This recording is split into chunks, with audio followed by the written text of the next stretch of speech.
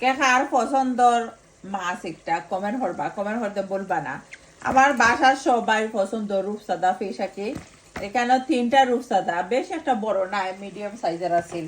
গ্রেভিটা একদম রেডি করে লিছি পরিমাণ মতো, মশলা মশলা দিয়া, তেল পেঁয়াজ সবটা দিয়া রেডি।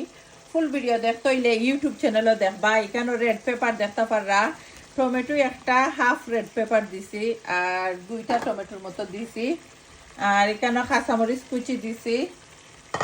আপনারা নিজের ইচ্ছা যতক্ষণ পরিমাণে দিতে চাই ততক্ষণ দিতে পারবা। রেড পেপার দিবা, অনেকে কইবা রেড পেপার খেনে মাছের মধ্যে যে মজা লাগে, সামটাইম দেই কি। আর এই মাছের কারি আমি শিরা দিতাম না, খসাইয়া খসাইয়া রানবো। এখানেও দেখতেও পারা রূপসাদা মাছ জেনে একটু খেতা নাই, বেশি একটা বড় নাই, অলরেডি আমি কইছি। দেখো 3টা মাছ আনছিলাম। আর আমার বাসাতে আবার আগে ইলিশা বেশি পছন্দ করতে সবাই, এখন রূপসাদা বেশি পছন্দ করে।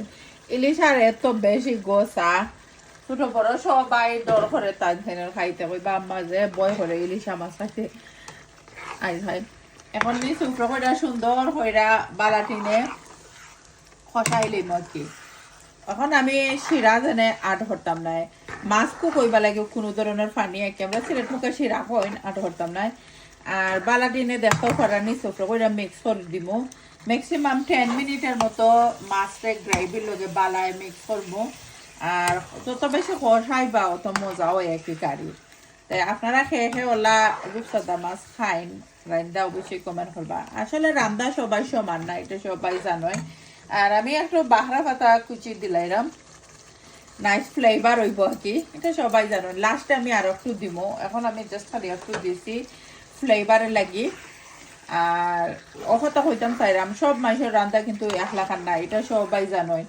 আর আমার রান্না জেলান আর একজনের রান্না এলান একরকম মিলে না, আমি যাচ্ছি। তো সুন্দর সুন্দর কমেন্ট করেন যারা, থ্যাংক ইউ, দেওয়ার ভালোবাসা রইব। রেডি হইতে আরো 15-20 মিনিট লাগবো এই মাছ কষাই মোবালাটি কেনে। থ্যাংক ইউ সবাই রে।